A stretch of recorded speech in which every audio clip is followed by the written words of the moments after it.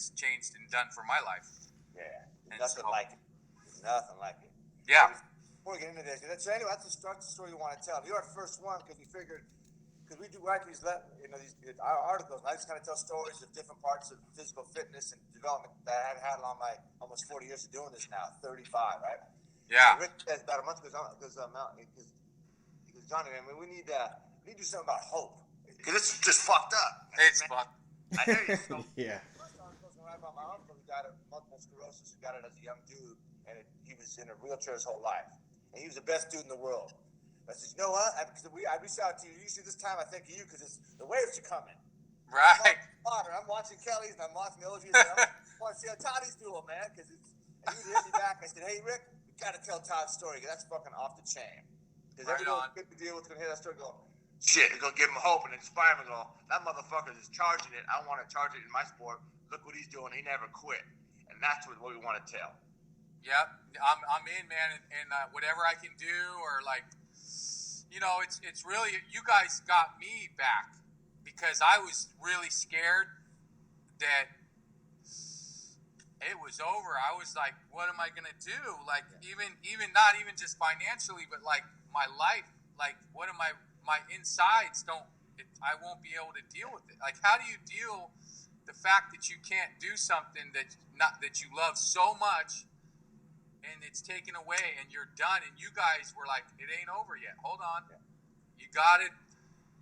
Like, the believing in someone else, you guys showing me that there's another way. You just might not be able to do it like you did it, but to get to that level and like slowly get better mentally and then physically, I started to change.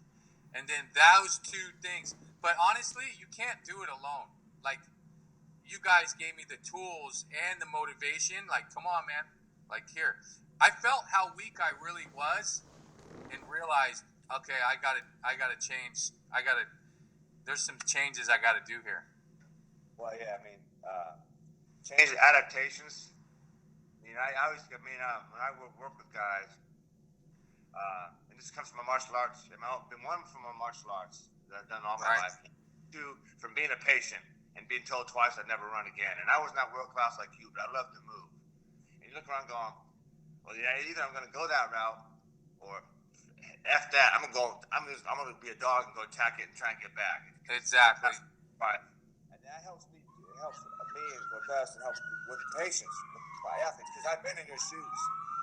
Yeah, if your mind's going to go, once you get your mind on it, oh, then you start to go. You start, and in the pain, you can. Pain ain't nothing, man. I'm always going to be in pain. I'm like, I know about that. Like, yeah, the pain, I live in that shit every day. But, and then I'm just so glad too. Even after this, I fractured my elbow. There was no waves. I went out, skateboarded the park. I thought I was I could, ollie the gap. I'm all good. I forgot I had like a 20-pound backpack. I was 20 pounds heavier. Wham! Hit the deck and fractured it. I knew it, but here's the trick that you guys taught me too, and that I've broken so many bones and been through that shit without the meds. Now that was a big thing. I fucking was literally losing sleep. I was in so much fucking pain, but I was telling myself, don't take that shit. Like, if you can just sweat it out or deal without it. Now sometimes you need it when you just are fucked up and you're just not eating, sleeping. Yeah. But the fact is that, dude, I was able to let go of all that shit, Yeah. And and even the weed, I had to realize that, hey, I love smoking weed and this, and it was kind of I grew up doing that, right? Yeah. I had to let it go. I don't smoke anymore. I'll do a little bit. They have liquid now. Mm-hmm. Yeah, to save your lungs. Yep. Yeah, for the pain, it's got the CBD with a little bit of THC. You do a little drip. I'm on my way. I get a little change. I'm not blazing to get my lungs and my throat because you're jeopardizing all that, which I didn't when I was younger. I was like, oh, here, give me some of that. I'm good. Up, baby. But I realized, and now it's been almost 4 years. I'm not blazing. now occasionally when I went down to Tahiti and like after surf a little toke or something. Man, did you hop in there? I did, dude. I went finally down to Teahupoʻo. Let's go. And I got a house down there. We can go. It's my friend's house, but I'm welcome to go down there. It's right on the beach. It's at the end of the road, right in Teahupoʻo. Hey, that place scared the shit out of me. I was like, I thought Mavs and Ghost Trees and all these, we got heavy and even Waimea and Pipe. That thing's another. It's actually, I've never seen anything like it. I'm just like, are you kidding me? I mean, just, it took every bit of all my 40 years of surfing to just tell myself, and I was there for a while, so I got to be conditioned. I was with the right guys, but I hopped off the boat, and I had my vest on, you know, the flotation shit, and I'm like, okay, I guess I'm here for this, but then I also said I don't want to leave in a wheelchair, so I had to like balance the physical of what my capability. And by the way, I was there for the trials, so I was there with all the pros and all the best guys in the world, like, and to see the level, like the level is just like, the guys are, I mean, the levels, we have not plateaued. We didn't peak yet. In this sport, it's going up and up and up. I mean, the guys are riding bigger, heavier. It's just like, and the young guns too. Young guns. Oh, the young guns. Nuts. I'm like this. Are you kidding me? That At 14, 16 years old. And I mean, like, I had a lot of fun watching. I got a couple game changers.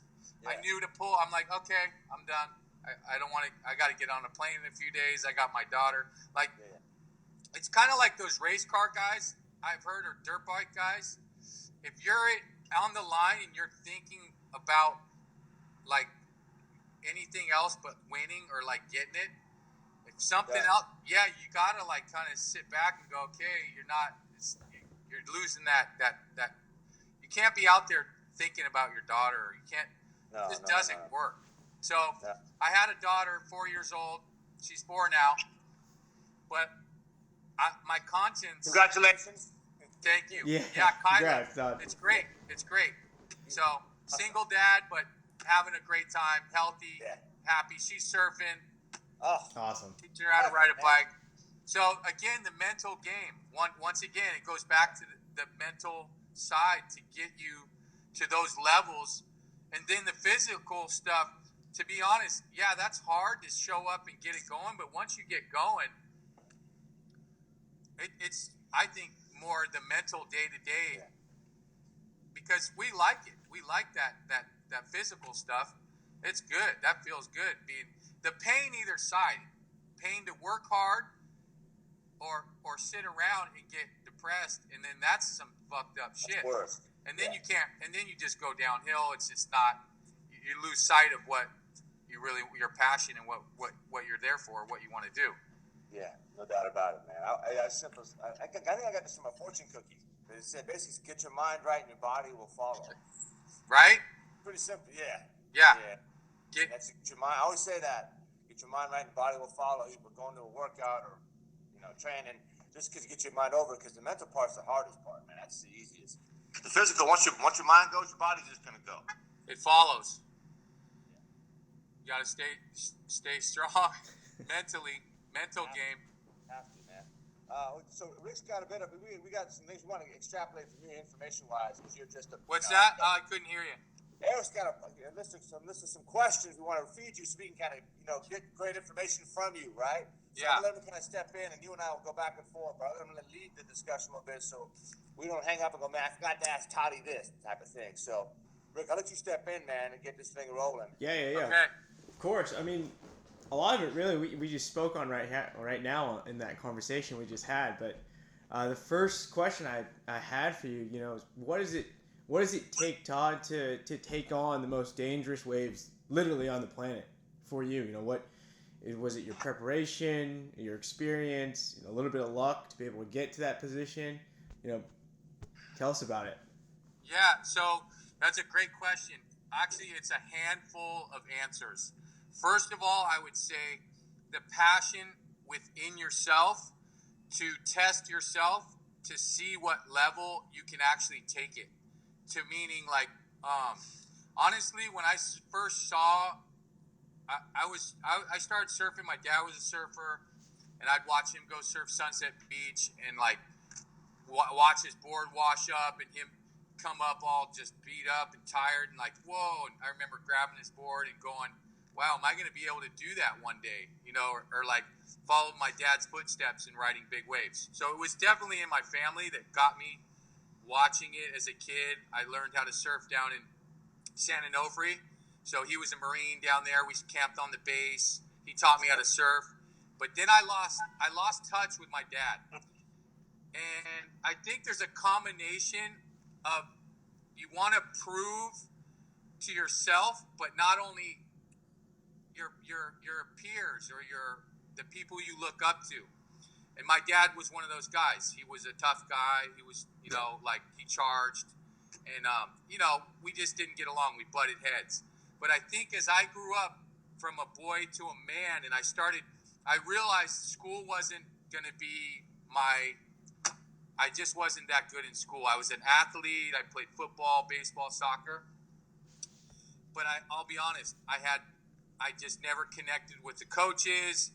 I had my own issues of why they didn't play me, and so I kind of started doing a lot of skateboarding and surfing, and it was like a sport that I could connect with myself. So it was like I was always testing myself. And then I'd go back to Hawaii and surf and like hang out. There was one day I came back, and I was living in San Francisco, and I'd been over in Hawaii for like a month or two surfing. Where in Hawaii? On Oahu. I was in Oahu surfing like Waimea, Pipeline, Sunset, like getting some really good waves. Pretty much my peak. You know, I was like 17, 18. Did you run across any of the Lopes brothers? Young Merv Jr., Merv Lopes. He was all, they're big on the Lopes, Lopes.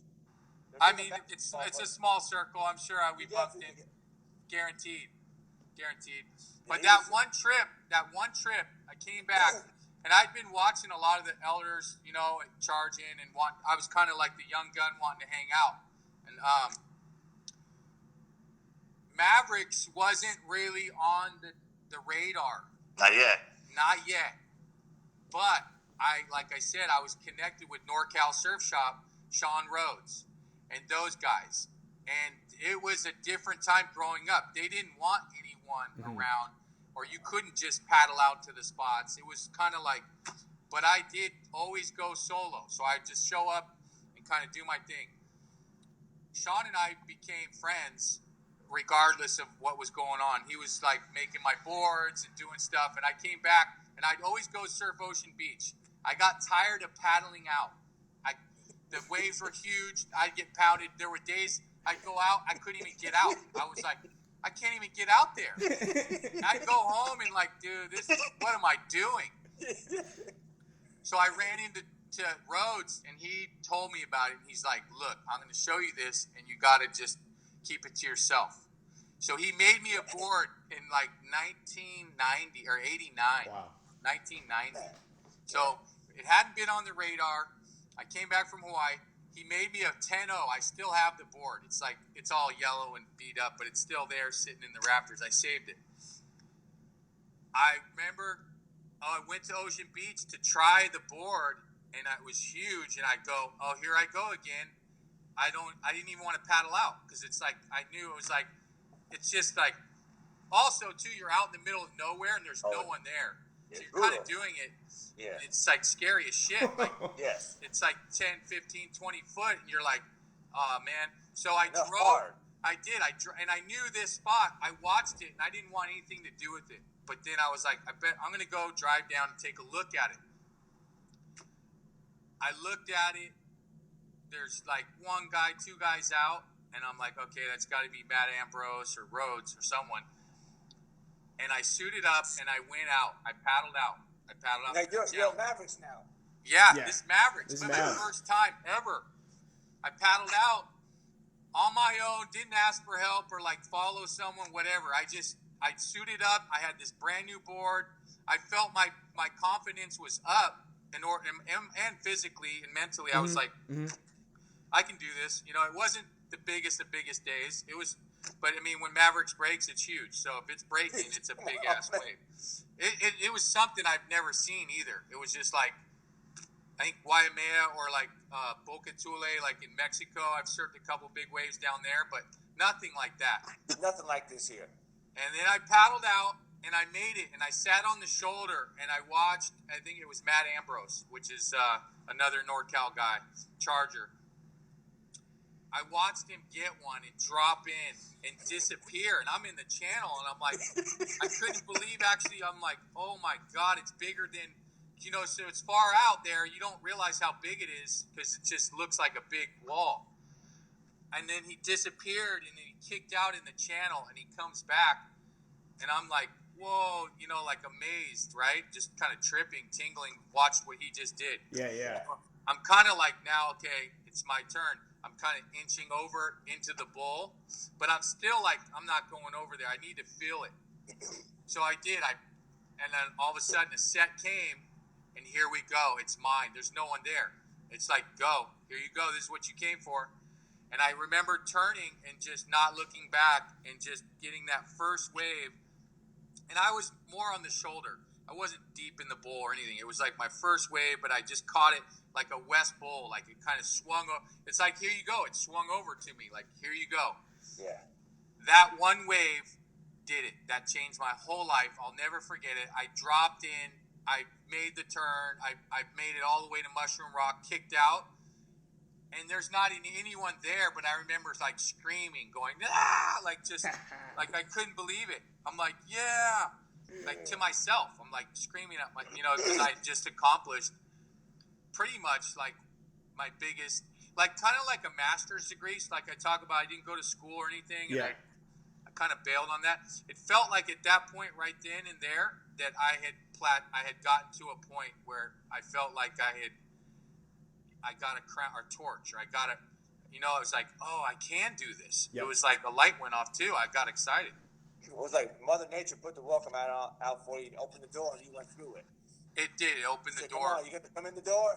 Yep. Now, you got to clarify this. Go ahead, man. Because one, the paddle out. Because people who might hear this, and who might be basketball players or football or different sport, and understand paddle out at Mavericks is not like going 20 yards. So distance, right? And you're in the Pacific Ocean, infested with great whites and undertow and cold. It's cold as shit too, by the way. Yeah.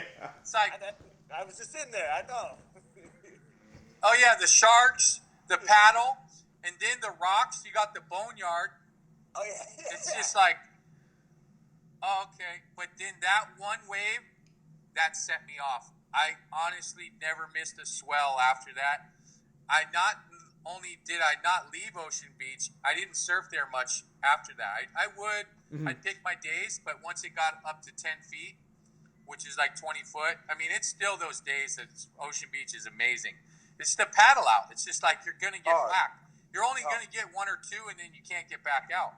No, it's hard. It's really, really hard. Mavericks, if you play the game right and you set it up, you can sit in the big channel and then work your way into the bowl and get one. And now I won't even get into like the wipeouts and shit and all the near drownings and like that shit. I also almost quit too. Like halfway through it, I almost drowned, and that shit scared the shit out of me. I didn't have kids. I had just bought my house, so it was about 20 years ago, and I remember being squished down there on the bottom, not being able to come up, and I had enough time to like see my house, see my family, actually envision who had died there, Mark Fu, and a couple people that did. It was like, oh shit, I'm right where they were. And again, we talk about that mental stability to stay calm in that time. But then I came up, and I didn't even know if I ever wanted to do it again. And I kind of was like, at that point too, of like, whoa, that was like, what am I really doing here? Am I, you know what I mean? I wasn't getting paid, first of all. I still had to buy the surfboards that I keep breaking. The wetsuits, I helped, and they helped me get, you know, some gear. But in reality, is it paying you? What's the high price? The high price is your life.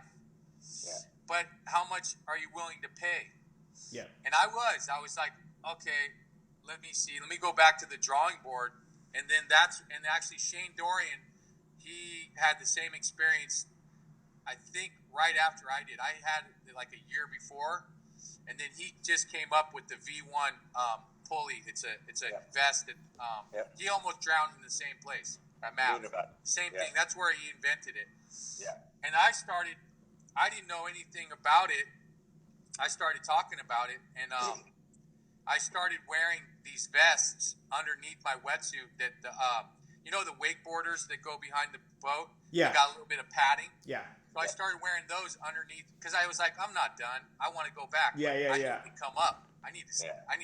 So I started adding padding flotation device to my underneath my wetsuit. And then my next wipeout, when I wiped out, that shit worked. I was like, ooh, Popped you up? It popped me up a little bit faster. Now I still got donuts and spun. Yeah. I mean, you know what I mean? But that helped me come up. Now I'm working with Buell Wetsuits down here, and they finally designed a wetsuit.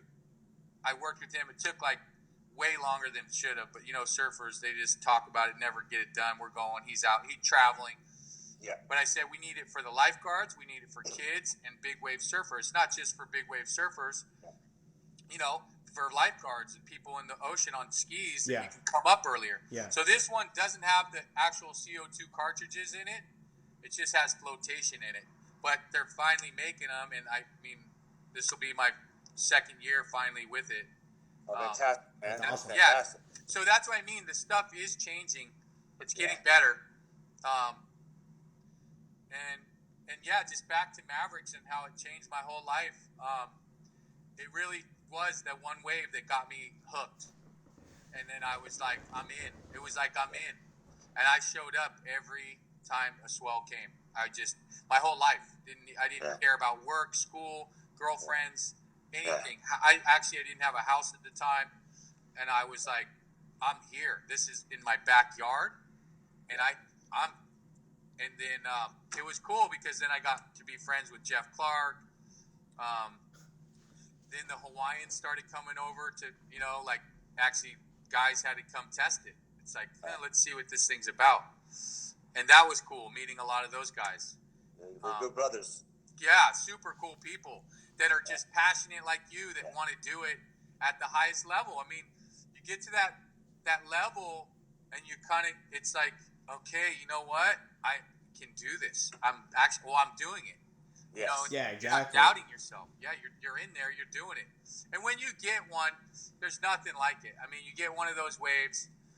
I still think about it all the time. That's what I'm getting ready this year. Like, here I go again. Now I got the blow-up vest. I got my kid. I got the 4 cartridge one. I'm gonna try it. I haven't tried it, but and it was expensive. I'm like, Pete Mel was like, can I get a deal? He's like, I gotta buy one too. Quicksilver dropped me. I mean, all the sponsors through this COVID, people are getting dropped left and right. There's no, I'm lucky I get help on the wetsuits and boards. But you know what? Years ago, I was running a fitness development program for USA Surfing, and they're trying to do the whole youth program. And I was working with a young woman who was out in Hawaii, and she's trying to do right, right? Yeah. I got a brief glimpse behind the scenes of the business. Two things shocked me. One, how cutthroat the business is. Not the surfers, the people behind it. The guys behind O'Neill. Reef. I couldn't believe it. Two, how racist it was. Oh, it's horrible. I was like, this is surfing. Horrible. So that doesn't surprise me one bit. Yep, it's horrible. They cut so many people. You're right, it's racist. You know what? There's people, I call them the puppet people behind the scenes that are, I guess, the corporate, I won't even say, but that control all that. Yeah. It's so hard to even if I had it my way, I would just run my own stuff and I would put a sticker over all that shit. Yeah. Because they don't have your back. You get hurt or you're done, you're out. You're out. Yeah. And next, they don't even bye. No, because what I found, they at the time, this was a number of years ago, they had little headhunters on the beaches, chicks in bikinis, right? Young fellas. Talent analysis. They get a bunch of guys either for photo shoots. Yeah. They hook them up a little bit. Get more sugar, a little enticements, right? Yeah. Get your kids, you like it. The dream is so Todd Tissue at 48, 49, yeah, he's okay, but the next Todd Tissue 31, that guy's in prime. But I got 50 of them nationwide who are 12, 13, 14 that just next. I was like, oh, this is surfing. It's a rough rotation, and you really just, I guess I call it golden eggs. I really do hold on to those moments that I really, I'm almost 50. I'll be 50. Just for me to be able to get out there and watch the young guns like I did in Teahupoʻo, like I will this year at Mavericks. I'm probably going to get a ski so I can sit there and like have lunch and watch it go down. Nice. It's kind of like the NFL or the Warriors. So I don't like being way up in the way back up there. Being on the floor and feeling the guys and feeling what's going on in the game. Yeah. And the coaches yelling, the whole thing. So I don't want to lose that. I want to be still a part of it. I love designing surfboards, making wetsuits that are going to work for the people, for kids, lifeguards, and for guys that want to push it. So there's, all that stuff to just be able to keep in it and be on the court. I'll just, or be in the arena, however you want to look at it, and not at 50 years old. Yeah, I'm not going to be at that same level. If I get one or two, and go home and see my daughter and like pull it off. Yeah. I'm good. I mean, if there's any consolation, I'm 54, and I was never a world-class surfer. I was a hack, but I love the water. I like wiping out more than surfing. I just want to go. I just want to be in the water. Oh, yeah. Kelly's Cove, when it's a red flag day and no one's in the water, I'll be in the water. Nice. Now, I'm not way out there because I'm not good enough and I'm not stupid, right? We lost a friend growing up in the city. We lost a kid, drowned out here, So it's always Teddy. I always think of the Teddy. And I talk to the ocean, right? So just amazing. Mom, I'm going to come in and say hi, then I'm going to get out, okay? But even at that, I'm 5, 6 years ahead of you. Just being in the water, in the ocean, ain't nothing like it. Exactly. And that's what and you're right. And there is nothing like it. It's like you got to stick in it. Like that's the key is, man, don't give up and believe there's always something else to do to be a part of it. If you can just, just hang in there, hang in there. Don't quit. There's no quitting. Never. No, never. And What Todd, you got, Rick? Todd, I want to talk to you about that point there, bringing that up. Just, when we met you, we were in rehab. Yeah. And, I believe at the time it was a pretty, almost a career-ending injury. Rehab. Physical rehab. Oh, yeah. Physical therapy. Clarify that one for everyone listening. But I remember you talking about that, like your resolve, just always want to keep going after it. Is it worth it? I just want to explain that process for us here. What was it like to go through that injury, then go through the rehab, then to see the changes after once we were all finished? You know what? I still hold on to that. What you guys helped me with in like meeting, going there, even just, man, it's trippy. I hold on to that recovery time to get me the motivation and to realize that there is another way. So I had gone to see 4 surgeons, Stanford, Dr. Ting, down here in Santa Cruz, Dominican, and then I went down to LA. I don't know. They all had the same. I came out of the hospital, and I was in a back brace, and I had nerve damage. I had a fracture in my back. Another thing, they wanted to reconstruct the shoulder. There was all these things that these doctors were telling me. Now, I'm not saying they weren't right or they're not smart or they didn't know what they were talking about. I mean, Stanford blew my mind. They brought in a team of people. They were good. They were like, but what was kind of interesting, they just signed me up for front and back surgery and wanted to weld me up and put like 8 bolts in the back in front of me and didn't realize like what I was still trying to do. I wanted to keep going. So that's their solution to how to fix it. Now, going to you guys in the physical therapy and through Dr. Ting, he's done multiple surgeries, my shoulder, my hand, and then having the patience and you guys teaching me, wait a second, now hold on. this is it's fact. It is written here. You have a fracture L4. You do have nerve damage. There's like certain stuff you can't change. But and then the Katsu, that was another game changer. I don't know if I'm pronouncing that right. Yep. Yeah. Now that was amazing. That's where my mind started to say, wait a second here, there's something going on. It really helped with my nerve damage. I'm going to talk about that. Yep. Because that's where I started, and it took a while. Remember, it didn't happen overnight. I brought it home. You guys gave me the machine. I was doing it there. It was months. Months. Mm-hmm. So, and I still wasn't surfing. I was on the floor doing this at home, coming to you guys, getting worked on. But there was a change in the pain, the nerve damage. That's when I started to realize, wait a second, I really might have a chance here to not do, because I knew if I did that surgery, I was done. I was going to pick up the camera. I would have been a cameraman now. Yeah. And talking about, I would still been wanting to go to these spots and see it. But I know I wouldn't have been able to surf Mavericks ever again. I wouldn't, no Teahupoʻo, no Hawaii. I would have been at Cal's longboarding probably, but not doing tandem surfing and having fun with my kid. Let's put it that way. Yeah. So it was a combination of sticking with it, driving my ass from Santa Cruz to Fremont, and it was, I think, a couple times a week. And then you guys giving me the tools on like, here, hey man, this is what's going on. You can either you go one way or the other.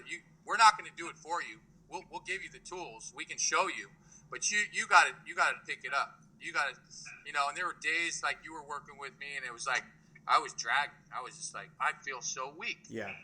I couldn't even lift a little 2-pound dumbbell. It was pissing me off. Or, oh no, take that band off. It's just frustrating. A lot of frustration. But the Katsu, that kind of did a lot for my mental stability when I started to feel less pain. Now, again, that was months later working with you guys and doing the combination of all those things to go home and do as I did it with you guys on the floor. And then getting in the pool. I got in the pool.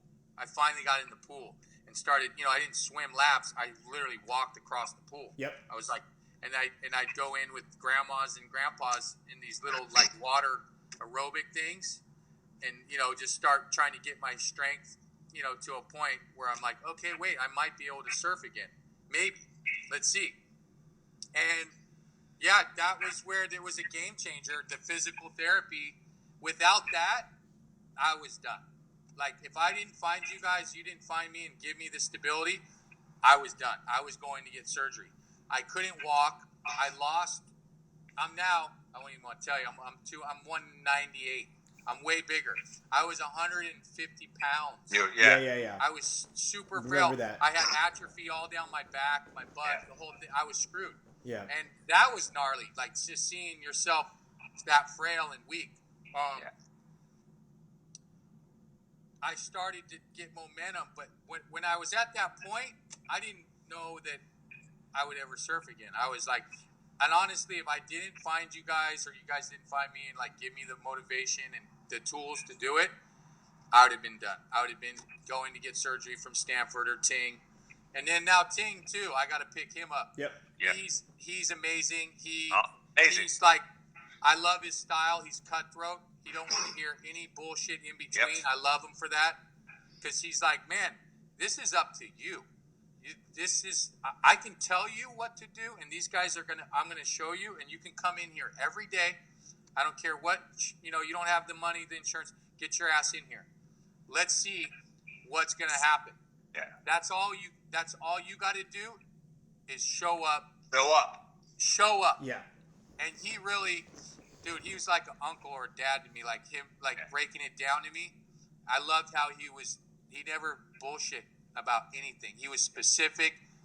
He said, hey man, if you can go to Stanford and go do it. If you really think that's going to do it, but that's not going to do it. That's not going to fix what you have. If you hang in here and like give this a shot, you might have a chance. You don't know until you don't know, because right now, yeah, this is what it is. And just showing up, physical therapy, that gave me the motivation to be like, wait a second, I got a chance here. Yeah. There's a chance. Like it was, I actually slept better. The anxiety of, surfing it's not over, Todd. Like, going to bed and like the tingling and the burning started to go away. I still have flare-ups if I pick something up too heavy or, it's not fixed by any means. But I go back to the stuff that you taught me. Roll into plank, man. Start getting that core. Yep. Get on the bike. Start pedaling. Yeah. Do some leg lifts that don't hurt. Do little baby. I mean, I remember doing little leg lifts, little teeny increments. Yeah. I mean, it was like, is this working? Or crawling the wall with my hand and shoulder. Yeah. Like doing stuff that I was like, I would have never known. So those tools, and I thank you guys, because that did really make a difference. Having someone other than yourself or a doc in your corner and giving you the faith, the tools, and be like, come on, man, or working, you got to work, man. You got to work. And all right, cool, okay. Maybe tomorrow will be better. Let's go. So yeah, it really is a key to have you guys in the corner. Without you guys, I wouldn't have been keeping the dream alive and getting ready this year. I'm getting ready. Yeah, it was funny you bring up the mind, because with Katsu, we got something for you too. Katsu, the guys with Katsu, Steve Montones and his group were awesome. Yeah.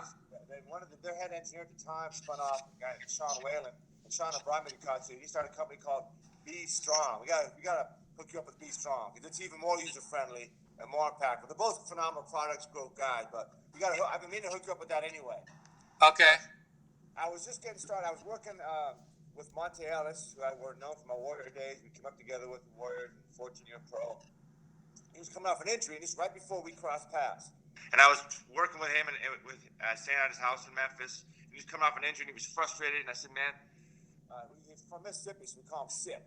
S-I-P, SIP. So SIP, man, you got to check this stuff out, man. See what you think. Because I'm working with this group. They brought me on to kind of advise. Yeah. And I put the belts on him, we're talking about blood flow restriction. So I put the belts on his arms and his legs right away. Yeah. I said, man, what you think? And he goes, Johnny, man, take it off. I said, what? He goes, I need to get my mind right. I said, what you mean? He said, give me a minute. I need to get my mind right. I said, why? Because it's not about the body, it's about the mind. Right. Oh, right? It made you realize that at a world-class level, which you are, the body, again, can be there, but you got to get the mind. He stepped out of the room, came back in, goes, all right, Johnny boy, let's go. Popped him on, we got to it. You had that same look when you walked in Doc's clinic. And Doc was phenomenal to work with and work for, because he was like the Google of medicine. You can go and ask him, and he's also an athlete, and he's also safely aggressive, right? Right. It's like, we go in and we talk athlete and coach and sport, and the doc and the therapist, and it was phenomenal. He said, man, try this with Toddy, man. And he explained the medical part, and I understand the mind part. I said, all right. And I just witnessed it. So he walked in, saw the look. So we got to push this cat. Right. Yeah. We got to push this cat. We got to, because I guess you can see, right, Rick, you see that. You can see it in some of his eyes. The old saying, you can't tap water from a dry rock, right, or water from a well. You right. had a lot of water in the well, but you couldn't access it. We had to teach you to access your own water, and that's what that stuff does. So, it's tribute to what you really do. If it was in you, we just had to help teach you to go get it, to regain it and go refine it, because it was there. Obviously, you're still surfing at 50 at Mavericks, brother. And Teahupoʻo. That's no joke. Oh man. No, it is, dude. Honestly, the mental side of it all, I still have the fracture. I mean, I still feel it every day. Yeah. That shit ain't going away, right? No, it's getting worse. Exactly, it's getting worse. Yeah, what do they call it? Where you're getting old and like it starts to tighten up on you. Man, and the cryo chamber. That was another thing. Nice too. I got to pick that shit up. That was a big key too. Now that shit isn't for everyone. That was an eye opener too. Like, whoa, this is heavy. Yeah. I mean, like I was like, damn. Again, pain. Like, you know what? If you can get to grips with that shit, it's amazing what you can shut off. I talk about meditation. Seeing. So this is my how I do it. I think it, feel it, and do it. So I literally, my mental game is heavier than my physical. By any means, I never trained hard enough, or like I should have. That was God giving me the ability, like for real. Like I went off with like what He gave me, the talent to do. And I was lucky that I came from an athletic family. My dad was in the Olympics, water polo, so I came from water. Yeah, it helped out, like having the called DNA. Yeah, DNA. That shit helps, and that's real. Yeah, a lot. That shit is so real. So I worked a little bit harder, I'd say, on my mental side. I call it think it, feel it, and do it. So I would go to bed before the big swells, and I'd turn these weather buoys on, and I'd hear, oh shit, 17, 18 seconds, 20 feet, 20 seconds, which we're talking huge waves. I couldn't go back to sleep. So I'd lay there, and I'd envision the wave I was going to go catch the next day, right? I couldn't sleep. I was antsy, pacing up and down the hallway, basically like you just can't, you're just kind of just buzzing already at 4 a.m. You're buzzing, hearing it's coming, right? But I had to calm down. So I'd lay on the floor and I'd close my eyes. I'd do breathing too. So this is before any flotation device. This is before any jet skis are out there to save your ass before you go through the rocks. I would test myself and see how long I could hold my breath, right? And I could get to a couple minutes, and then I'm all, okay, no, I got to get to 3 minutes, man. Like, there's some, and I watched how divers, those deep sea free divers go. Yeah. They can hold their breath for 5 minutes. Like, some even more. Like, you're like, how is that possible? Well, I got to about 3 minutes, right? That was as far as that's plenty of time. Without blacking out, by the way, too, because you got to be careful practicing that shit, too. You get tingly, next thing you know, you're out cold. Like, whoa, what the hell? And don't do it while you're driving. Yeah. Oh, no, and I have done that while I'm driving. Like, trust me. And I'm all, whoa, tingly. Yeah, people are honking. No, because I'm driving to go do this shit. I'm like, okay, I'm expanding my lungs. No, it's happened. It's crazy. I was like, okay, never do that while you're driving, by the way. That's a bad idea. Yes, it is. It's a bad one. But anyway, so the mental game of it was huge for me. And also, when you get pounded down there, you need to tell yourself to be calm. You're not coming up. So you're not coming up. You're down there, and you're going to be down there. So stay calm. And as soon as you start to fight it, Mother Nature's like, you're not coming up, and it pulls you down another 20 feet. Plus, you got 20 feet of water or white water banging you around. So you're 40 feet getting slammed. You're not coming up. So stop. It's kind of the same concept. If you can get a hold of the mind and not panic, let's just say, and I'm going back to the surgery in my back and all this, and not panic, it's the same shit, man, that getting your mind to slow down enough, because I'm also, and you can tell the way I'm wound up. I'm wired a little different than everyone. And it's fine. That's just who I am. That's my personality. But you gotta sometimes get a hold of that and chill and say, hey, it's okay. Calm down. You're in this. You know what's going on. But so the mental game, think it, feel it, do it, and envision your body getting healed. I believe in that as well. So I started to do this meditation where I would believe that my leg was getting the blood supply that it needed to get to that injury. And I would lay there on the floor, man, and do it over and over and over. So it wasn't even that I was working out or doing it. I was working my mind to that injury. All my energy, I was focusing right there, man, because it was scary. I mean, when it's down around there and around nerve damage. I don't know if anyone's ever had nerve damage. I've broken a lot of bones. Yeah. I've had multiple surgeries, broke my leg, ankle. I mean, I can go on and on about broken bones. That's nothing to compare to nerve damage. Nerve damage, that scared the shit out of me. Like, and you can't turn it off. It's just like, it's a beast. So I go back to that mental state of trying to really envision your injury and then think it, feel it, and do it. All becomes part of recovery. And that becomes with you guys too, of giving you the tools on on how to do it. Because honestly, I wouldn't have known how to do it. I mean, you just don't. We don't know which way. I would have just, you got to have those tools. You got to have physical therapy, someone showing you what to do and how to do it. So that's why we're doing this, because this is when I find when I work, even when my martial arts experience, being in the business life or personal life or athletic life with athletes, they often turn their athlete instincts off when they come into other parts of their life, because used to I'm gonna go surf these big waves and I can do that, but I gotta go do rehab or handle business. This is different. Right? Oh yeah. And they struggle with it, but you just try and. I've learned this more as I've gotten older in this industry with working with veterans and young athletes as well. You try and teach them to connect their athlete, which are really, there's a genius level there, even for young kids. They're just really gifted, and that's their Jones, man. They love it. But be able to take that and extrapolate your key points, hard work, commitment, focus, your mindset, and adapt it to other parts of life, because you have it. You just have to learn how to adjust it. And, it's like, you hit a wave, Mother Nature checks you. You don't just, quit, man. You just, boom, you adapt. You flow with it. Bruce Lee, which I studied with these guys for years, his old school cats, all his first generation dudes, and his saying, but it's true, man. He always said, "Be like water. You have to be fluid." Yeah, you do. Get wiped out in the water. You got to go with it. You can't fight it because it's not going to work. Be with it. Go with it. So. Yeah, we're not in control. We think we are.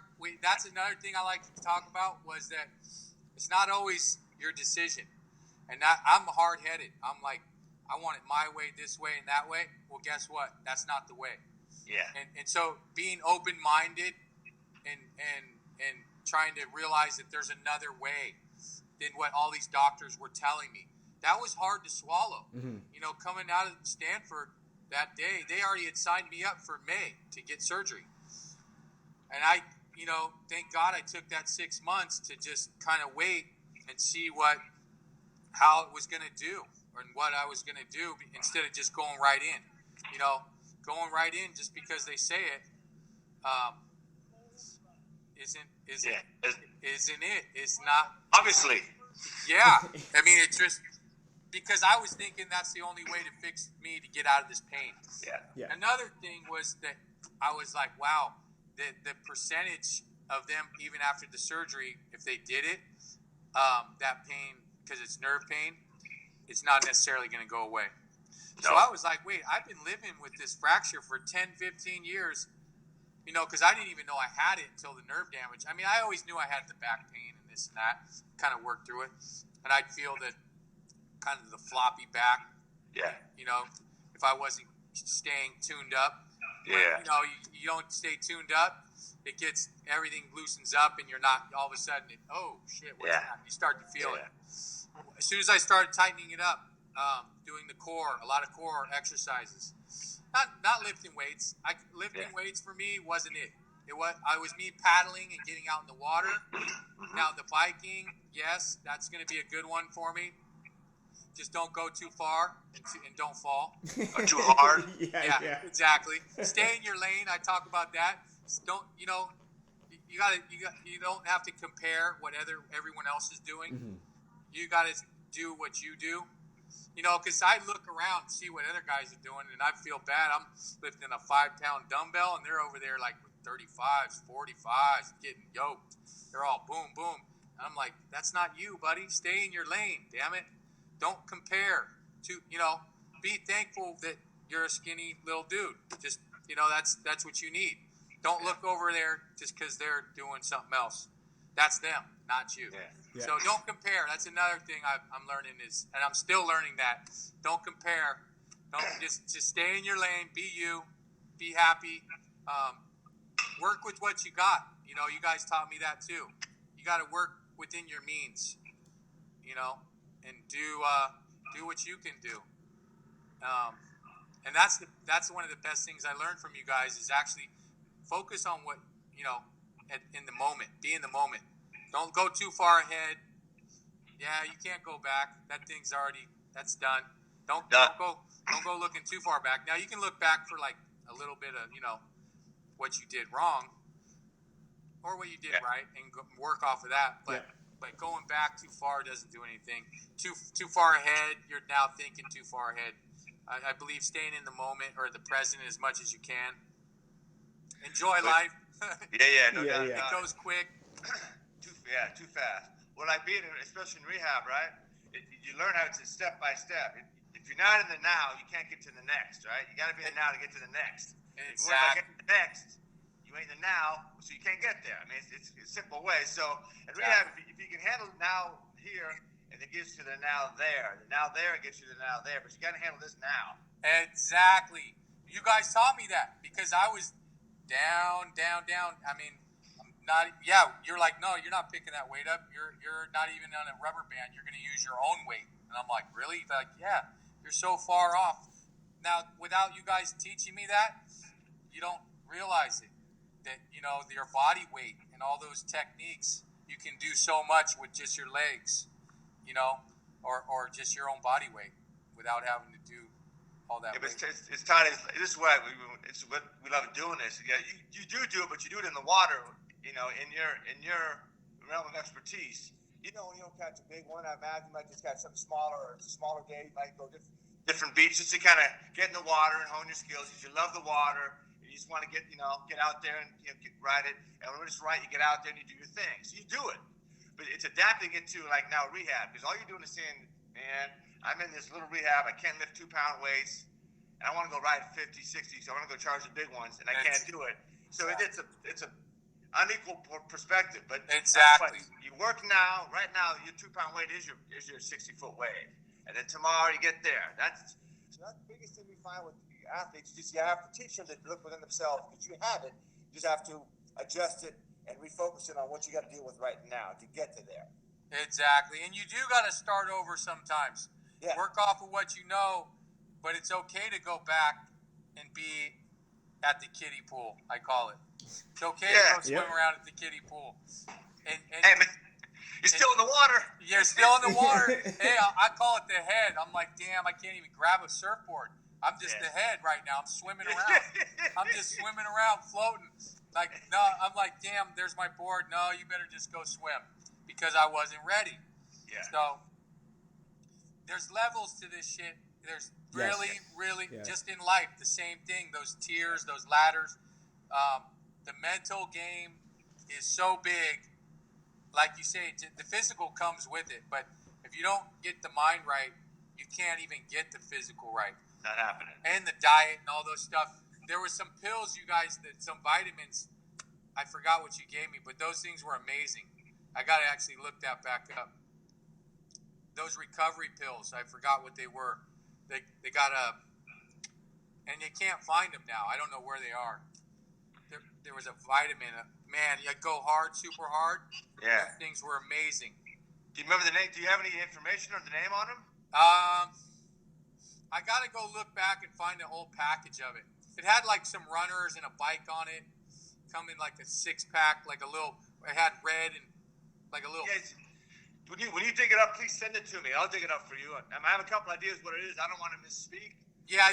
Dig it up and send it to me. I'll find it. I believe in those too as well. As I mean, I don't even know who it is. Like, so it's not about like branding or any of that. I just noticed the difference of like, because I may not be having the right stuff going on inside. Yeah, you can eat all the salad you want, and all the stuff, and all of a sudden you're like, I don't have the energy. Like, so diet's another one. We didn't even get into that. I love eating food, but like, yeah, sometimes you got to put the bacon down. You know, you just can't eat bacon or chorizo and eggs every damn morning, dude. You know, that's gonna catch you. I love my Latin girls, but they're making tacos and like and chorizo. You know, So like diet's a big deal. Yeah. Protein and having the power, having the energy to show up, kind of. Yeah. It goes hand in hand again. Yes, it does. That one's a big deal. You guys help me with that too. Those vitamins and watching what you eat, watching what you put in, drinking enough water. That was another thing. I'm still having to force that because instead of riding around with the Gatorade or something, you're like, no, put that down. Just straight water. Why are you drinking Gatorade?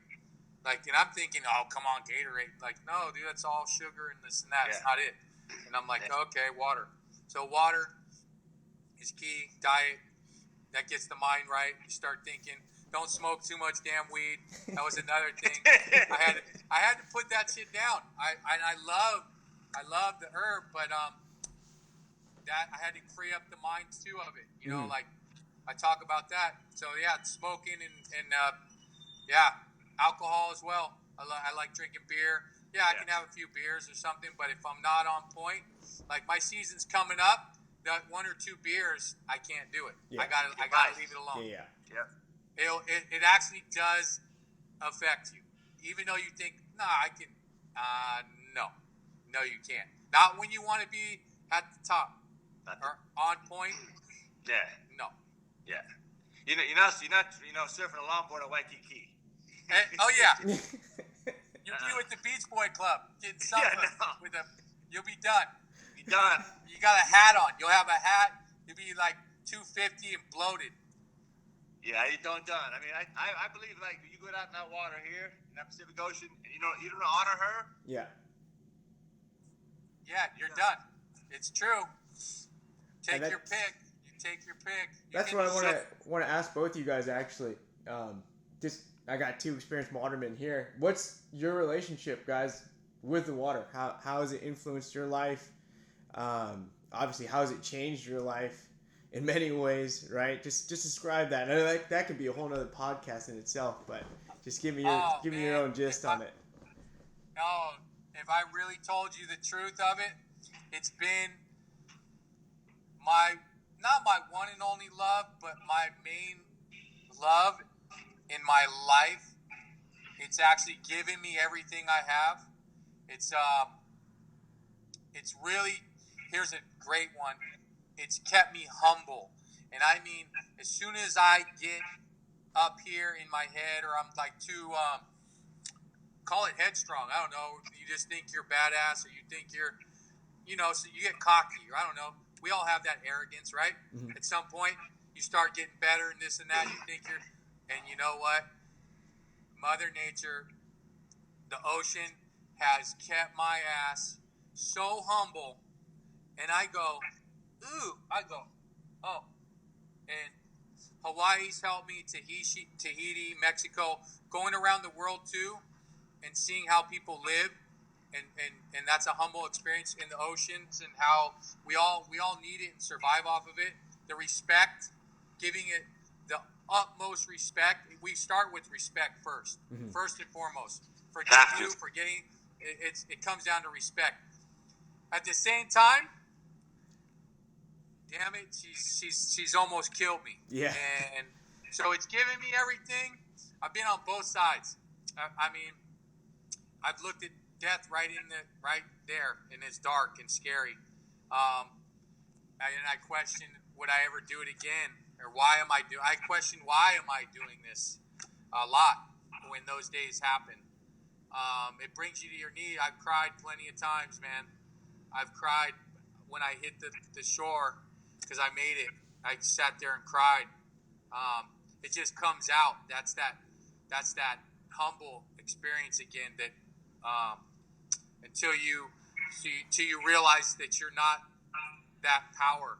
That you don't. You're just a grain of sand. You're just a drop. One of grain. water. One grain. You're one grain, and that's how I feel. You're a grain of sand. You're a drop of water in the big scheme. The Hawaiians taught me well too. Those are some big dudes. They're tough. I got to give it up to the Hawaiians, the Kirimaka family, the elders, just the Pa family. Like, there's been guys, and they're big dudes. And I was younger. I was lucky enough to be at the table as white guy coming from there, and they accepted me. My Uncle Les, and just they taught me really well that it comes down to respect, and that's everything that the ocean's taught me. And it helps even dealing with people, like not reacting. I used to react with my hands. I would just react and get me in a lot of trouble. Or I'd get my teeth knocked out. Or, just bad decisions, right? Yeah. Period. As a kid, as a youngster. The ocean, again, that taught me that. And the elders that I grew up with, that being humble is not being weak or showing or being able to cry or being emotional. I give it to the ocean, Mother Nature. She taught me that there's a bigger entity than yourself.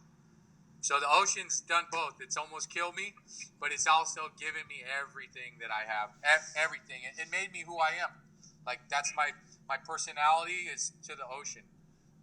Mother Nature, I love to be around it. I usually, every day, even if I'm late or whatever I'm doing, I go to the ocean. I look out. Like, I can have a bad day. I went through a gnarly divorce, whatever. Life throws a lot of shit at you. My mom had a stroke. All these things that I call it the sandwich effect. At some point, that's why we're all the same. Like, talk about race or anything. We all are the same. Human. We're human. We got blood running through us. Doesn't matter what creed you are, where you come from. We're all the same. Period. Until you get that, that you're going to be that kind of person that you're going to miss out on a lot of good things in life. And again, Mother Nature, the ocean taught me that. Yeah. Because I got to experience that around the world and see that we are the same, man. We're nothing different. We have different ways of living, different thoughts, different religions. In the end and the beginning, we're the same damn human being. And Mother Nature, the ocean, that's where she taught me that for sure. So, yeah. That is awesome. And she continues to teach you that because you find out for us being right here on the West Coast, I'm in San Francisco. The biggest body of water is right here. Yeah. And the most powerful force is right there. Yeah. And I used to grow up playing in rivers and jumping out of trees and off rocks. I love that. Oh, yeah. And I started doing more and more of this. We grew up swimming here like it was nothing. Then we lose our friend on a Indian summer day. Everyone gets scared off for a while in the neighborhood. And then I don't know, just being a part. When we travel, I travel a lot. You start seeing different parts of the world, and exactly. I got friends in Tahiti. I've been out there, and just and then coming back to here, and you get in that water. Yeah. And there's nothing. I was in the other day with an old OG Ocean Beach dude, an old school dude, right? And his body's gone, right? But now he paddleboards. So I'm just body surfing, right? Oh yeah. I wouldn't even wear a wetsuit because I gotta put it on. Man, wow. No, you just go. Yeah, no. I understand. No, you're like, no, wetsuit, I'm out. It takes too much time. I want to go. And they make them uncomfortable. I forgot. Yeah, John, I can't you're move. like, no, you're not made for a wetsuit. You're too damn big. It's too big. It doesn't work. So he's on the beach, right? You know him. You know him. I always use his name. You know his cat. I know you guys. He's lower than you, but you know him. And I'm walking out of the water, and he's smiling. And so he goes, brother, ain't nothing like it. He goes, no, my man, it's nothing like it. It's nothing, right? There's nothing like it. No. There's nothing like it. No, there isn't. I haven't. If you guys find it, let me know, because it's my best love in the world. It's my one and only love as far as that's keeping me super grounded. Yes. Yeah. Otherwise, I think I would have been in a different actually, I probably wouldn't be here. Yeah. No, I wouldn't. Yeah. Actually, I know I wouldn't have made it. So I'm super thankful. That's why every day I get a chance, even if I'm late, like I was saying, or whatever I'm doing. I have my little daughter now. I take her. I put her on the board. So it's like, I get to do this all over again. I teach the kids for a living. That's a huge. Do you really? So I'm teaching surfing down here in Santa Cruz for Club Ed Surf School. I didn't know that. That's talk about. That's another thing. They give me back. So I gotta put it to the teachers we're also being taught by our students. It's the best feeling because like I get these kids, their parents drop them off. I don't want to go surf. They're making me do this. I was like, no, they're not. You know what? You don't have to do this today. Oh, come here, sir. Oh, your son doesn't want to go. Oh no, I paid. We're doing this, right? I was like, no, we don't teach like that. But you can go. I got a wetsuit for you. You ready? Are you ready? He's like, what are you talking about? I'm like, oh no, I gotta go. I'm like, no, right. No. We're not teaching like that. I'm not gonna scramble this kid in like that. Now the great thing is I talked to the kid. Here, dude, if you don't like it, in 10 minutes, we're out of here. Mm-hmm. Okay? I'll give you your money back. It's not your. Here, we'll go to the boardwalk and have an ice cream. You're cool. Yeah. You're fine. So don't, because they get petrified. They get these kids. The parents want them to do it. They're like, I'm not going out there. What are you talking about? I'm not going out there. And I'm like, there's sharks. There's this. And I'm like, no. I got my shark repellent. We're good. I talked to him. That's the Makua. That's the grandpa. We talked to him. They're not coming in today. We're good. So working with the kids, they teach me also. So you lie to the kids. I am. I'm a big kid, dude. I'm never gonna change that. I'm the biggest kid. I'm not gonna change that. But it's great because these kids are teaching me as I'm teaching them. But I really get out of the water after teaching the kids, and it's like. I learned so much. I also work with disabled kids. I've taught blind. Good for you, man. Yeah, the blind kids to surf. I take them out. Oh man. And that's another whole podcast. That's a whole other exactly. thing. Teaching kids with autism. I work with some of those kids. I worked with a kid a couple times. He's completely blind, and I got him up on some big waves on his own board, and we rode like all the way from the top of the point. All the way, man. And just you'd hear the scream. I wish I had a recording of it. I mean, it's emotional. It's insane how heavy the kid. It's just, and he's only like 13 years old. Strong as shit, by the way. The kid damn near pulled me off. I mean, the kid was so damn strong. It was amazing. That's why he was able to do it. The guy could paddle. Mm-hmm. He was physically, but he couldn't see and he didn't speak. He had no. Like we're talking. It was amazing, man. And I just got to see his dad. See him catch a wave and like just the whole thing. It gave me tingle. Chicken skin, man. You talk about. Yep. But again, that's giving back to me. They were giving it me. I was learning. I also, after that day when I taught that little guy, everything else, I didn't feel anything. Again, I didn't want to complain about my situation or my divorce or why I'm not who I think I should be or why I'm not getting paid for what I do or this and that. I started to realize or my pain that I'm in. Like I got pain, but it like lessened it. It took a lot of things out of my mouth. I stopped complaining. It was like, you know what? Stop bitching about what isn't. And go get it, and just be happy with what you got. You got a lot, but you know how we just compare again. I talk about if you compare to other people and doing that, it's just going the wrong way. So it changes your perspective of an experience like that. Hey, big time. Also coming in working with you guys. Working with I think it was one of the police officers that lost his hand, got his hand shot. Yeah, and that retired him. Young guy. I remember he being side by side with him. Those experiences. I hold on to all those. I don't forget. Those are all. I think about that a lot. Like being in the, working with you guys and seeing all the other athletes, top athletes, runners, Olympic people trying to get to the top. They bust their Achilles, and that's a nasty one. And they're right there. That's a nasty one.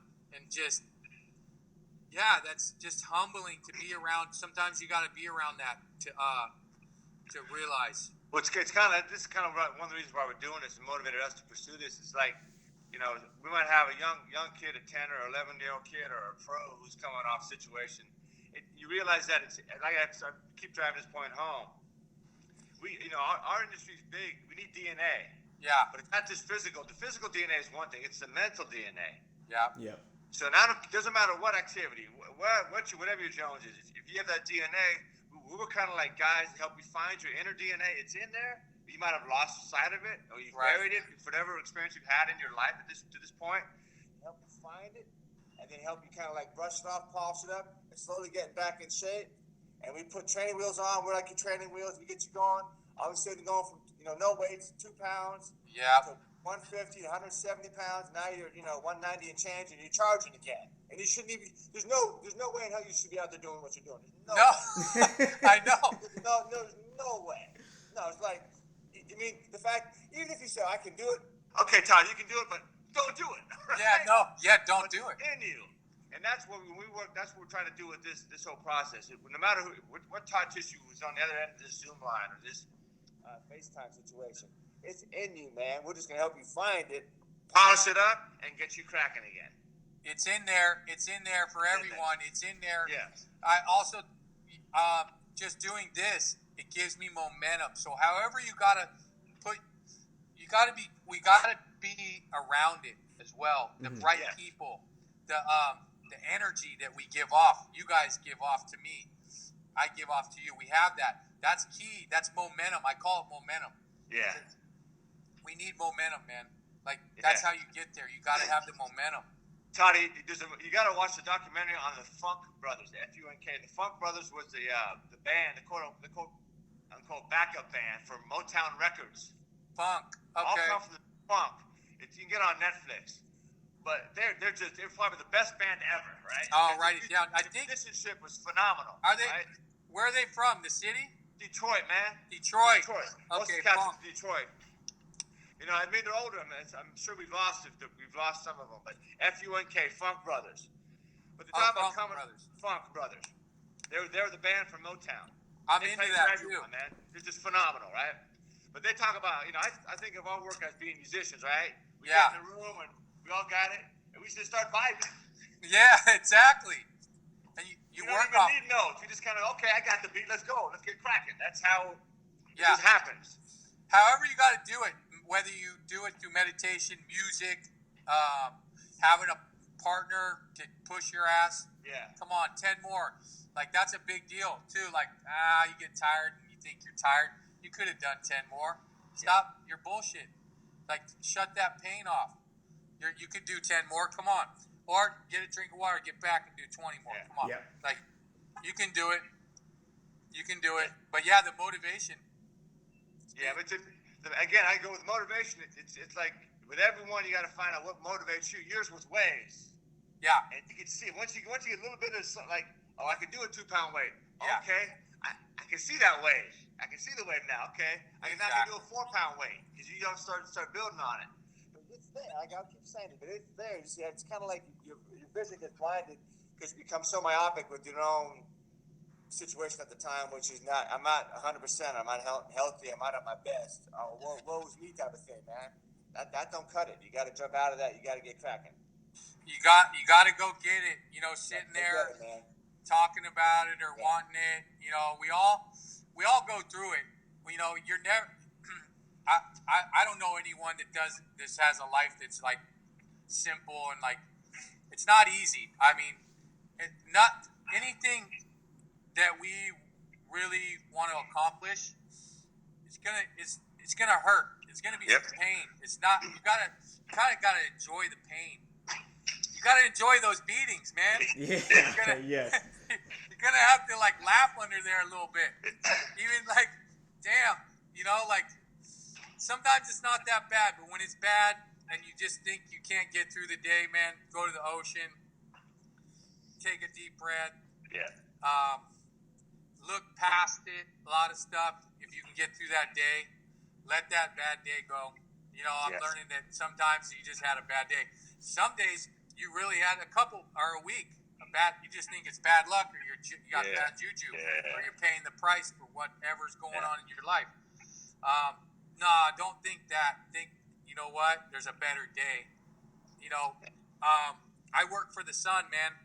That's who I look up out to the ocean. That's who I want to work for. That's where I want to be. And put a smile on, be happy. It goes quick. Enjoy those golden eggs, those moments that are good. Enjoy the bad days too, because without those, you don't have the good. Yeah. And that's true. Like we talk about the weather. hey, we need that bad weather to have those golden days where it's pumping and offshore. Mm-hmm. Without those storms, and then, oh, I'm tired of these rainy days and complaining it's cold, it's this. That's what we live for.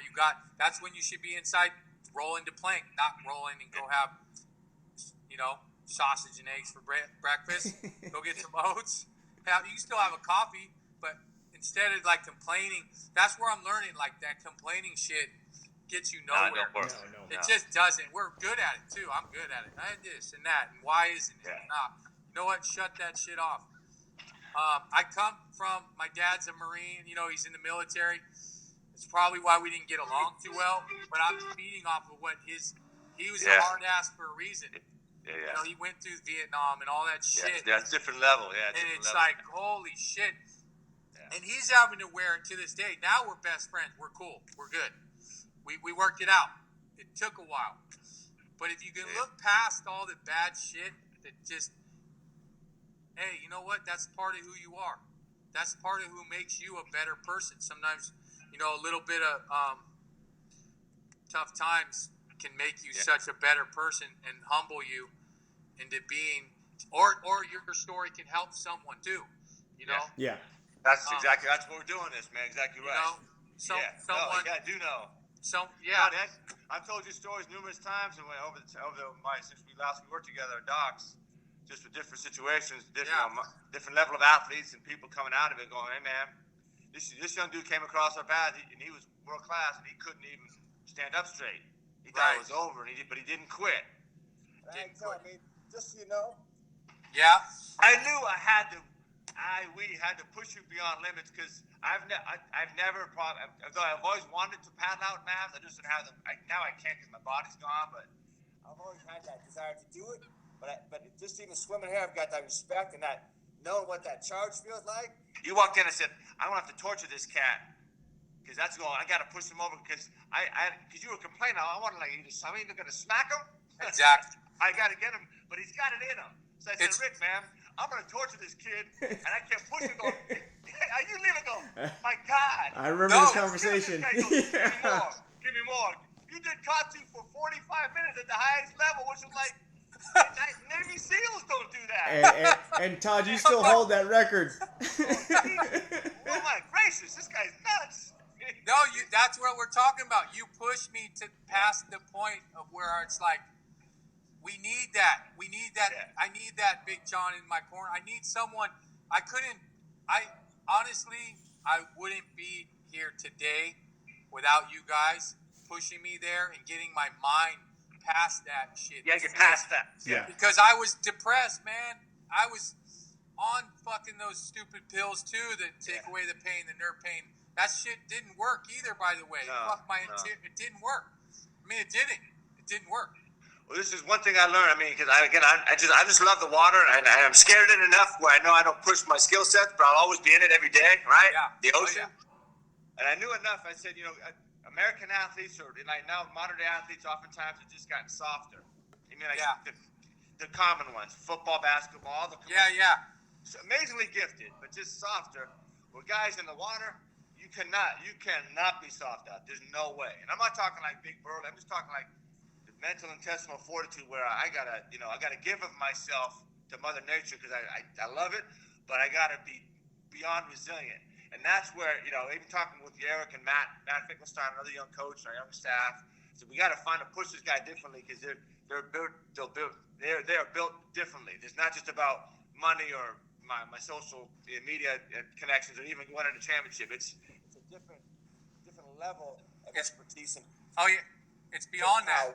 Oh yeah, it's beyond that, without a doubt. Beyond that. No, hopefully this year I get a ski, and I'll take you out there on the ski, so you can get a perspective. Oh, that would be it. That would be sick. Day.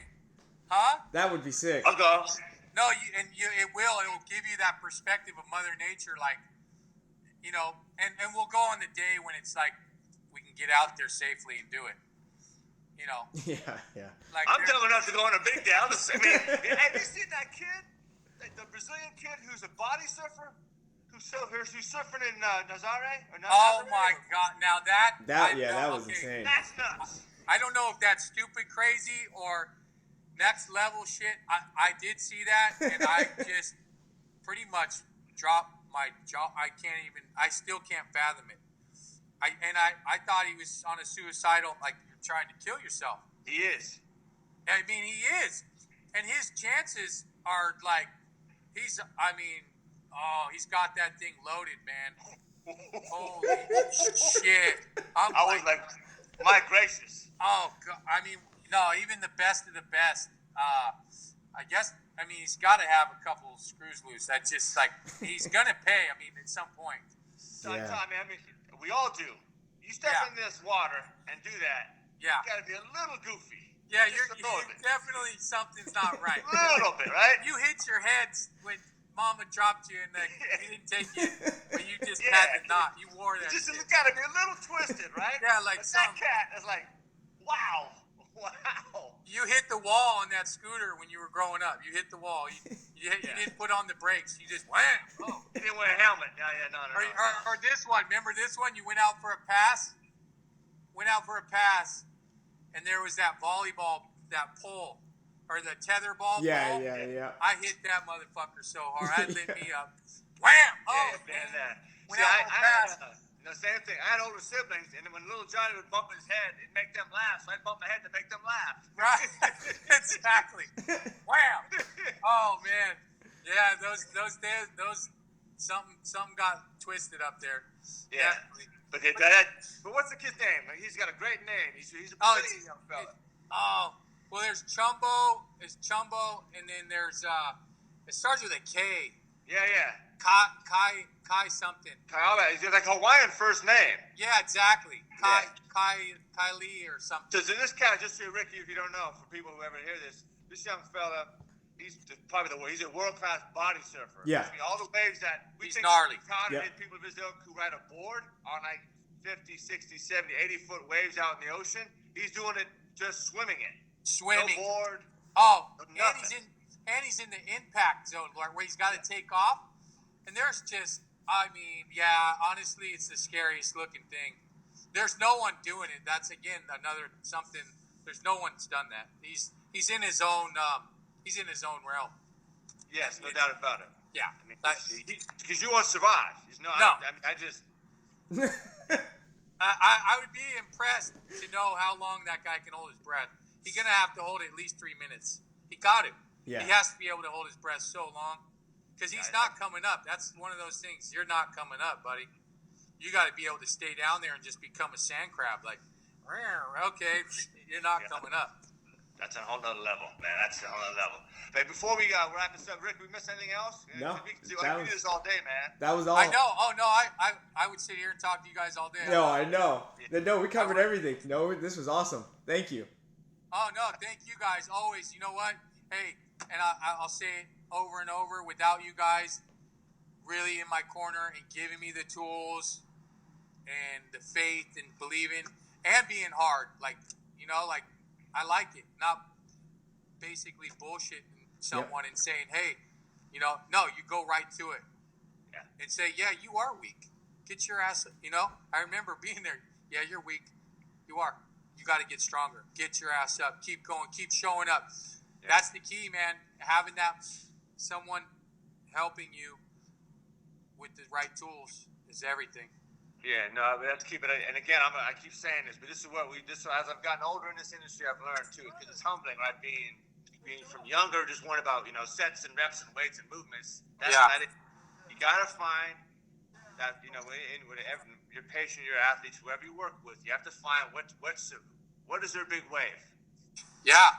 Whatever that big wave to them is, and once they're aware of it, then you really become a guide and just kind of help them kind of get to the level. Exercises are hugely important because once they realize, my wave, I can get to my wave again. I know what my wave is, and I want to get back to it, and I can't wait to get back to it.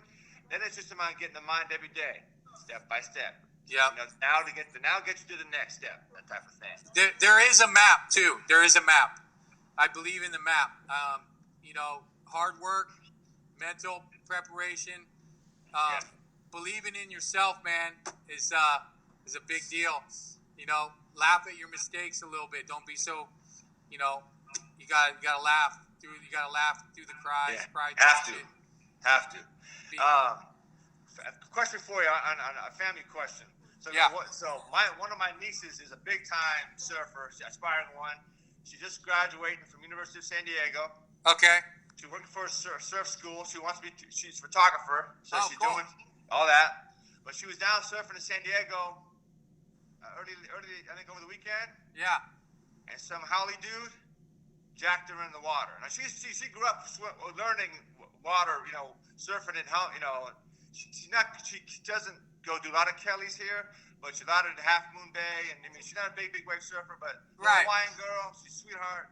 Oh. So she knows water etiquette. No, just tell her go find his license plate. We'll find his license plate, bro. We'll just go take a visit down there. My sister's in San Diego. I got a lot of friends down there. Yeah. But no, it sounds like the guy needs to get caned. Basically. Yes. Yeah. Get cane his ass. Just a quick little, the paw. You just give him the paw. Let him know. Uncle Johnny goes down there. It's not gonna be good. I've got some Tongan friends I could call. I really don't want. I figured just brought me up because she's a sweetheart and she loves the water. There's no room for that. First of all, No. you never touch a woman. Second of all this fighting and like territorial shit. When you mess up, you messed up. You can apologize and like there's a way to get around getting into it. I always give someone the chance. I really do, because I've gotten my ass handed to me too. Picked on the wrong guy and I picked the wrong fight, and he laid me there and I was passed out. Like he just choked me out night. And you're like, whoa, okay, you don't do that again. You just, but that kind of stuff, any man or any even a guy touch a woman, he needs a visit. Yeah. he needs a visit.